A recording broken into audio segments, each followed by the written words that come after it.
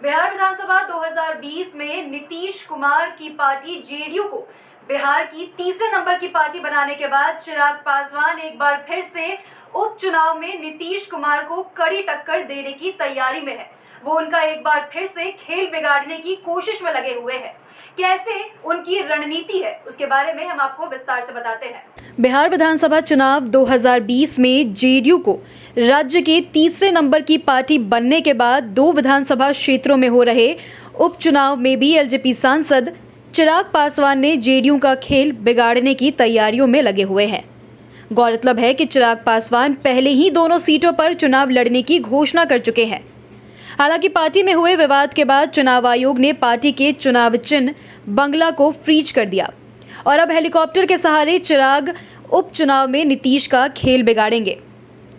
बता दें कि तारापुर और कुशेश्वर स्थान सीट पर उपचुनाव हो रहे हैं। दोनों ही सीटों पर जेडीयू के प्रत्याशी विजय हुए थे। कुशेश्वर स्थान से विधायक शशि भूषण हजारी और तारापुर के विधायक मेवालाल चौधरी के निधन के बाद दोनों सीटों पर उपचुनाव हो रहे हैं। उपचुनाव में दोनों सीटें जेडीयू के कोटे में गई और पार्टी ने यहां से प्रत्याशियों की घोषणा भी कर दी। वहीं अगर पिछले चुनाव की बात की जाए तो एलजेपी ने इन दोनों ही सीटों पर अपनी अच्छी उपस्थिति दर्ज कराई थी। कुशेश्वर स्थान की बात करें तो यहां जेडीयू के शशि भूषण हजारी के पक्ष में 53,980 वोट मिले थे। वहीं उनके निकटतम प्रतिद्वंदी कांग्रेस के अशोक कुमार को 46,758 वोट मिले थे। इस विधानसभा क्षेत्र में तीसरे स्थान पर एलजेपी की पूनम कुमारी रही, जिन्हें 13,362 वोट मिले थे। इसी तरह तारापुर विधानसभा क्षेत्र में जेडीयू के मेवालाल चौधरी को कुल 64,468 मत प्राप्त हुए। वहीं उनके निकटतम प्रतिद्वंदी आरजेडी के दिव्य प्रकाश को कुल 57,243 मत प्राप्त हुए थे।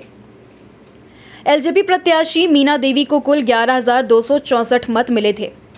जानकारी के अनुसार चिराग पासवान अपने उपचुनाव में अपने उम्मीदवारों को उतारेंगे। उम्मीदवारों का नाम भी तय हुआ है। कुशेश्वर स्थान से अंजू देवी और तारापुर से चंदन सिंह का नाम हुआ है। वहीं राजनीतिक विश्लेषक डॉक्टर संजय कुमार का कहना है कि इसमें दो राय नहीं कि चिराग का अपना एक वोट बैंक है। चिराग पासवान ने सही उम्मीदवार का चयन किया है और वो जेडीयू का खेल बिगाड़ सकते हैं। उन्होंने कहा कि पासवान समाज में चिराग की पकड़ है, इससे कोई मुकर नहीं सकता। पशुपति पारस की तुलना में चिराग पासवान समाज में रामविलास के कारण ज्यादा पूछ होती है।